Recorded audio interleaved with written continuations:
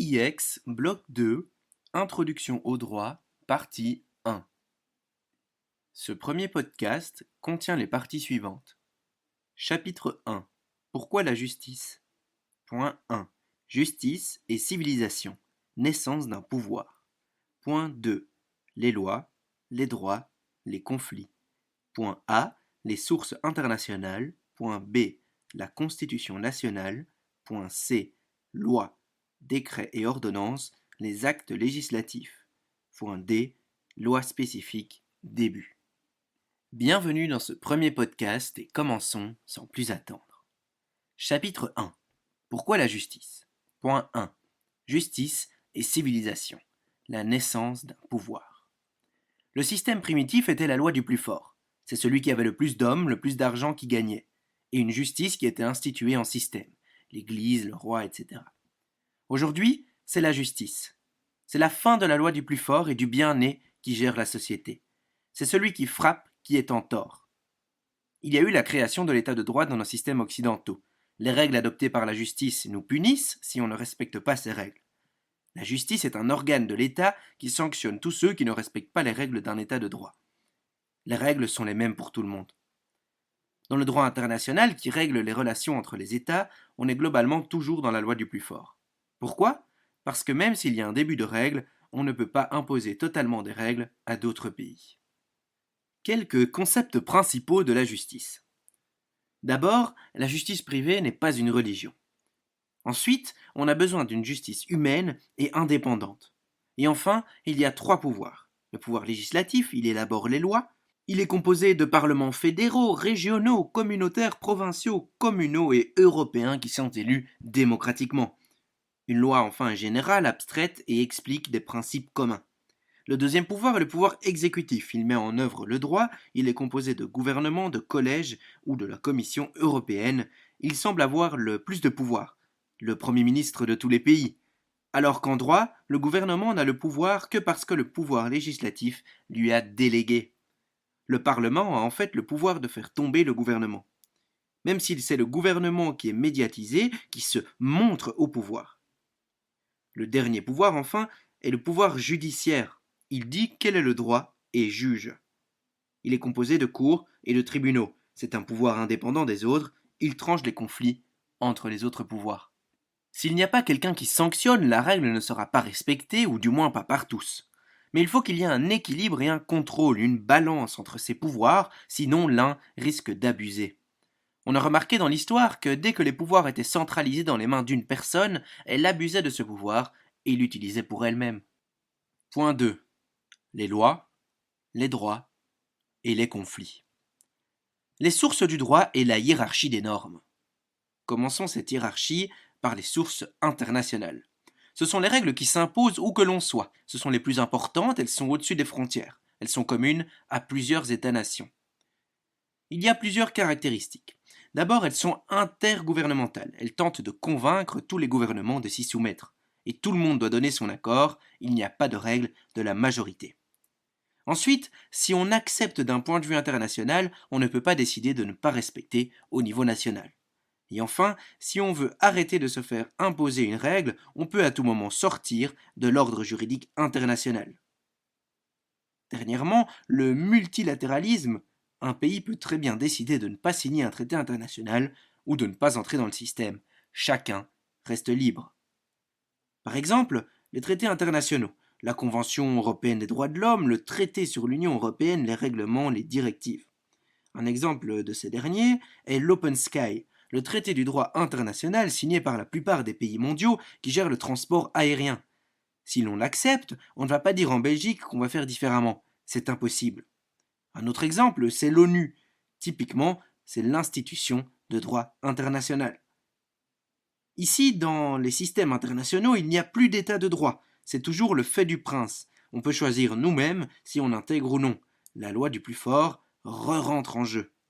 Par exemple, les États-Unis, qui ne sont pas dans les accords de Paris, on ne va pas les embêter. Ils sont trop forts. Si cela avait été un petit pays, on aurait déjà énormément restreint pour qu'ils se soumettent. Il y a cependant une exception majeure à ces caractéristiques, c'est l'Union européenne composée de 27 pays membres. L'Union européenne est un ovni international car elle est allée plus loin dans l'intégration et il est très difficile d'en sortir. Même si son mécanisme est international, elle est plus un état de droit. Les pays ont accepté de donner à l'Union européenne une partie de leur pouvoir de décision, de leur souveraineté nationale. L'État n'a plus l'entière liberté de décision. La décision des 27 États membres prime sur la décision individuelle de chaque pays. Quand les matières sont décidées, les États ont accepté que de temps en temps, un certain nombre de choses leur soient imposées contre leur gré. Il n'y a plus de règle de l'unanimité. Ce système de l'Union européenne est unique au monde, il n'est vu nulle part ailleurs. Pour être certain que le pays qui ait dit non respecte les règles votées, un organe indépendant est créé. Il y a une Cour de justice de l'Union européenne, la CJUE, à Luxembourg. De plus, le traité de l'Union européenne, le TUE, c'est l'ensemble de règles sur le fonctionnement de l'Union européenne. Par exemple, le droit de la concurrence, la libre circulation des personnes et des marchandises. Ce traité prévoit où l'Union européenne est compétente et où elle ne l'est pas. En matière de santé, elle n'a pas de compétence à proprement parler, par exemple. Mais comment l'Union européenne exerce ses compétences? Petit a, la Commission européenne.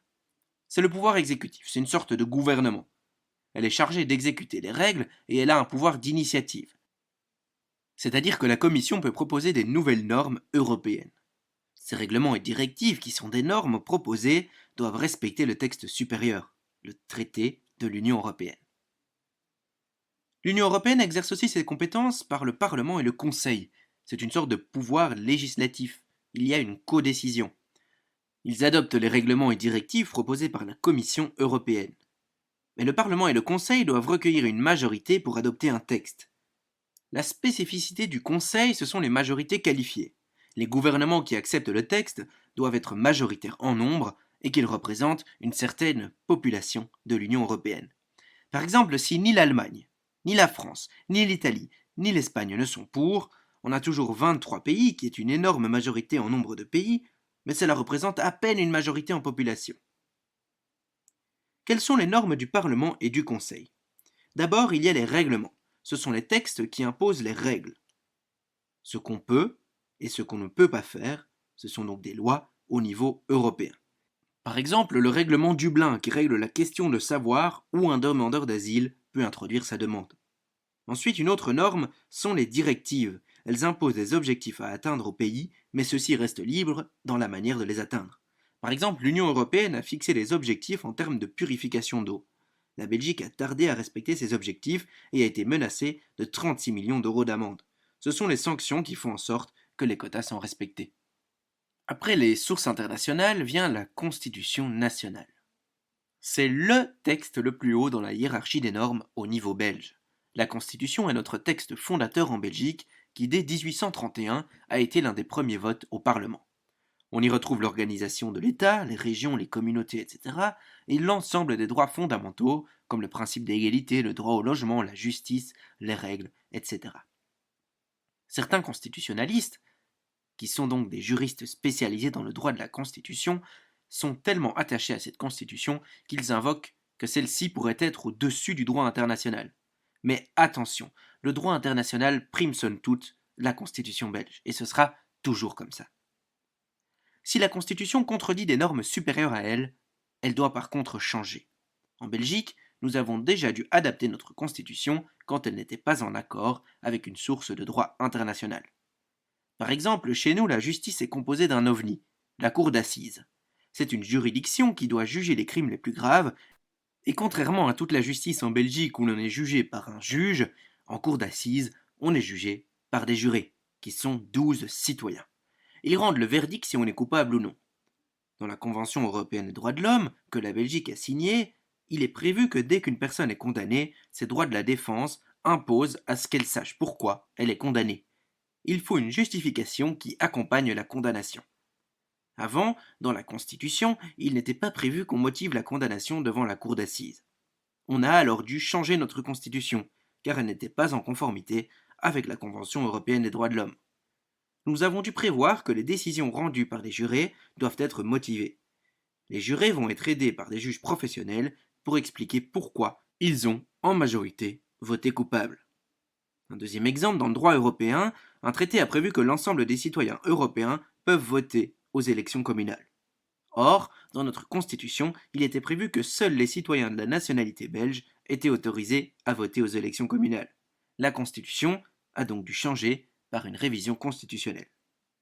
La Constitution est adoptée par le pouvoir législatif, soit le Parlement. Les règles pour pouvoir changer cette Constitution sont très restrictives. D'abord, il faut 2 parlements successifs qui veuillent modifier, supprimer ou ajouter certains articles. Deuxièmement, la liste de déclarations de révision doit être acceptée par le pouvoir législatif et exécutif, par une majorité simple, c'est-à-dire 51%. On ne peut changer que ce qui a été listé dans la déclaration de révision de la Constitution. Et enfin, la Constitution est modifiée par majorité spéciale au sein du Parlement. C'est-à-dire que si un article est ouvert à révision, un autre Parlement doit obtenir 2/3 des votes pour révision de cette disposition constitutionnelle. Après la Constitution vient la loi, le décret et l'ordonnance qui sont des actes législatifs. Ce sont des dispositions législatives votées par le Parlement fédéral. La loi est générale et abstraite, c'est-à-dire qu'elle s'applique à tous les Belges. Elle émane de l'État, c'est une procédure parlementaire généralement à majorité simple, et elle est publiée. Elle est publiée au Moniteur belge, ce sont plus de 800 000 pages par an, accessibles à tous. L'adage « nul n'est censé ignorer la loi » veut dire que vous êtes censé savoir les lois dans tout ce que vous faites. Si vous tuez, si vous avez besoin d'un permis de bâtir, etc. Mais quels sont les effets des lois dans le temps et dans l'espace? La loi s'applique dans un espace et un temps donné. Donc, tant que la loi n'est pas publiée, elle n'a pas d'effet. Par exemple, les bons de liquidation. L'État a fait passer une loi sur les bons de liquidation. Il passe de 10% à 20% et cette loi entre en vigueur le 1er janvier. Juste avant qu'elle ne soit entrée en vigueur, le nombre des sociétés sorties du marché a énormément augmenté. La loi ne peut donc pas rétroagir dans le temps. On ne peut pas changer les règles après qu'elles soient entrées en vigueur. Par exemple, quand vous avez une voiture de société, vous allez payer les taxes par an, suivant la voiture, suivant sa pollution, etc. Le 1er janvier 2012, ces taxes ont augmenté. Certaines personnes avaient signé pour leur voiture pour 4 ans, et sans le vouloir, ils doivent payer plus et ne peuvent rien y changer. La Cour a jugé que ce n'était pas rétroactif. Il faut faire attention aux termes. En fonction du Parlement qui adopte une loi, elle peut s'appeler soit loi, soit décret, soit ordonnance. Pour une matière fédérale, on appelle une loi. Pour une matière communautaire, liée aux personnes, on appelle un décret. Pour une matière régionale, les lois du sol, on appelle décret pour les Wallons et les Flamands et ordonnance pour Bruxelles. Attention, il n'y a pas de hiérarchie des normes. C'est ce qu'on appelle l'équivalence. C'est la Cour constitutionnelle qui règle le conflit, ce qui est une très grande originalité mondiale. En Belgique, pour éviter les conflits, on a attribué aux différentes institutions, c'est-à-dire les communes, les régions ou les fédérations, des compétences exclusives. Par exemple, les communes ont comme compétence l'enseignement, ou encore le fédéral a comme compétence l'armée. Un contre-exemple. La Suisse et ses cantons. S'il y a un conflit au sein des cantons, c'est le national qui prend le dessus. Et quid s'il y a tout de même des conflits en Belgique? Par exemple, la Flandre a instauré une assurance autonomie pour que les individus aient un complément d'argent quand ils ne travaillent plus. Le fédéral a dit que ce n'est pas une assurance aux personnes, mais un système de pension. Et ça, c'est la compétence du fédéral. Autre exemple, la Constitution dit que tous les Belges sont égaux devant la loi et qu'ils votent dans leur province. Cependant, la province du Brabant flamand a été seulement découpée en 2 circonscriptions électorales et non en provinces pour le système de vote. Donc, s'il y a quand même des conflits, c'est la Cour constitutionnelle qui va arbitrer. Elle va régler les conflits sur base de la Constitution dans laquelle sont prévues les conditions de répartition des compétences. La Cour constitutionnelle va aussi juger si les lois, les décrets et les ordonnances respectent la Constitution. Quelle est la relation Parlement-gouvernement? Il y a un pouvoir d'initiative du gouvernement. Il peut proposer un texte, un projet de loi au Parlement, et au niveau politique, si un gouvernement n'a pas son Parlement qui le soutient avec majorité, le gouvernement ne peut pas agir. Toujours dans la hiérarchie, après les lois ordinaires, viennent les lois spécifiques. Petit a, les lois spéciales. Elles sont liées à notre organisation de l'État. elles ne concernent que la répartition des compétences. Par exemple, une loi spéciale organise toutes les compétences germanophones, francophones et flamandes liées à l'enseignement. Elles sont liées à la Constitution, mais ont un mode spécial pour être adoptées. Une loi spéciale doit être adoptée à une majorité de 2/3, plus au moins 2/3 du Parlement présent. Ensuite, comme elle touche à des matières sensibles, qui est un équilibre entre flamand et francophone, il faut une majorité dans chaque groupe linguistique. Groupe linguistique qui est déterminé par la langue de prestation de serment. Petit b, les règlements. Les règlements sont des actes administratifs. Le pouvoir législatif rédige des lois et le gouvernement va les préciser avec des règlements, appelés des arrêtés, avant de les mettre en exécution.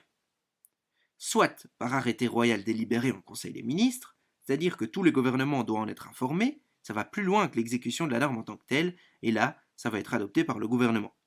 L'arrêté royal est pris sur la base d'une décision collégiale du Conseil des ministres. Les règlements peuvent également être pris par arrêté royal. Il est signé par le roi, contresigné par un ou des ministres ou secrétaires d'État qui en assument la responsabilité. Par exemple, la loi dit que si l'on n'a pas un titre de séjour, on ne peut pas rester en Belgique. Ensuite, les arrêtés royaux ont fixé les différents titres de séjour, puis ont fixé les étapes par lesquelles quelqu'un peut passer avant d'être expulsé. Les règlements peuvent encore être pris par arrêté ministériel. Seul le ministre tranche. On est encore plus dans le concret. C'est une mesure qui s'adresse à une personne spécifique. Ensuite, les règlements peuvent être également pris par circulaire. Ce sont des mécanismes qui permettent de créer un lien entre membres de gouvernement et leur administration. Ce ne sont pas des actes en tant que tels. Il existe des équivalents généraux et communautaires. Donc, plus je vais vers l'individuel, plus je vais vers arrêté royal, ministériel, etc. Les règlements ne sont pas généraux et abstraits. Ils s'appliquent à des personnes précises. Par exemple, des lois d'éloignement. On a aussi des arrêtés de gouvernement qui sont la même chose que l'arrêté royal, mais au niveau d'une communauté. Il y a une vérification de la légalité de l'ensemble de ces actes. Enfin, le Conseil d'État juge des actes administratifs. Il vérifie si les actes administratifs sont conformes avec l'ensemble des actes supérieurs. Après les lois spécifiques vient la jurisprudence. Ce sont des normes, elles font partie du droit, mais ne sont pas contraignantes. C'est-à-dire qu'il est possible de ne pas les respecter. La jurisprudence, c'est l'ensemble des décisions de justice, de la Cour constitutionnelle, de la Cour d'assises, des tribunaux, et ces décisions vont vraiment influencer le droit, car dans un certain nombre de litiges, elles vont dire qui a tort, qui a raison. Elles vont donc trancher. Dans certaines circonstances, la jurisprudence a développé des concepts elle-même, et a été plus loin. Par exemple, quelqu'un conduit trop vite, il a un accident, il avait au-dessus de 0,5 mg dans le sang, mais il n'y a pas de loi qui dit à quel moment l'assurance doit assurer la personne. La jurisprudence a petit à petit établi des normes. Si on est en état d'ivresse, l'assureur n'aide pas. Ce n'est écrit nulle part, mais ça s'est établi naturellement par la jurisprudence. Il y a tellement de décisions prises en jurisprudence que ça devient une norme. La jurisprudence belge est contraire avec les systèmes anglo-saxons. Là-bas, un juge doit respecter ce qu'un juge antérieur a décidé. Le juge, chez eux, doit respecter les normes. Par exemple, les juridictions qui prennent des décisions sont vraiment des sources de droit, au même niveau qu'un texte de loi, contrairement à chez nous, où la jurisprudence n'intervient que quand les textes sont lacunaires. Chez nous, la jurisprudence contribue à faire évoluer le droit, lui permet de se préciser, mais elle n'est pas une source de droit en tant que telle, et il n'y a pas d'obligation de la respecter. Tout juge est totalement libre quant à la décision qu'il doit prendre, il peut prendre une autre décision qu'un juge d'une autre juridiction a décidé antérieurement. Plus ça a été répété, plus la jurisprudence a de la force, mais elle n'est jamais contraignante. Quelques caractéristiques de la jurisprudence. Ses composantes sont toutes nos juridictions, les cours et tribunaux, et leurs décisions. La décision des juridictions, c'est la jurisprudence. La jurisprudence est une source de droit, car elle influence, mais elle ne contraint pas. Elle n'a pas force de loi. Par contre, elle aura autorité quand il n'y a pas de loi écrite. Moins il y a de lois, plus elle prendra d'importance. En droit européen, il y a aussi de la jurisprudence. Le droit de la concurrence, c'est-à-dire la manière dont les entreprises peuvent, oui ou non, se faire de la concurrence. Ils ont été décrétés qu'une entreprise ne peut devenir assez grande que pour imposer des tarifs à ses clients et concurrents.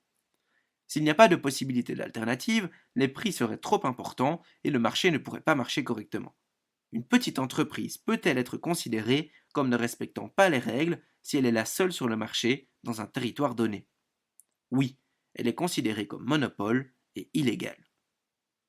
Après la jurisprudence, vient la coutume et les traditions. Elles ont une petite autorité, mais non formelle.